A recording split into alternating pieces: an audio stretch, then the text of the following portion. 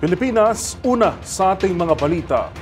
Positibo ang bagong halal na si Senate President Tito Soto na magsisilbing tulay ang kanyang pag-upo sa pwesto upang mapanatili ang integridad ng Senado mula sa isyu ng flood control. Pero ayon kay Soto, hindi raw siya ang pasimuno sa biglaang kudeta na siya ring nag-upo sa kanya sa pwesto. Magbabalita si Kyle Bulias. Isang magandang pagkakataon ng palitan ng liderato sa Senado para harapin ng ilang senador ang alegasyong nagdadawit sa kanila sa isyu ng mga maanomalyang flood control projects.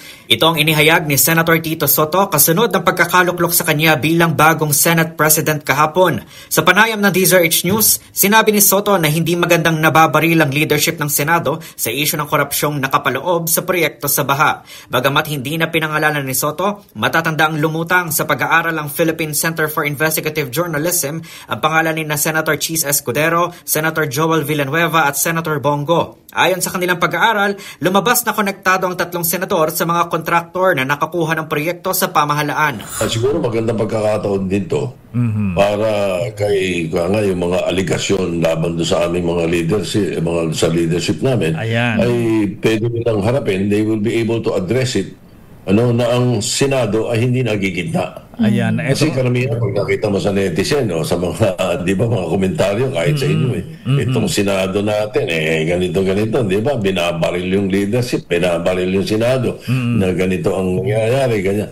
So, parang feeling ng karamihan sa amin, is, teka muna, alisin natin ang Senado sa line of fire. Di ba? At ilagay natin sa ikangay makakapagtrabahong mabuti.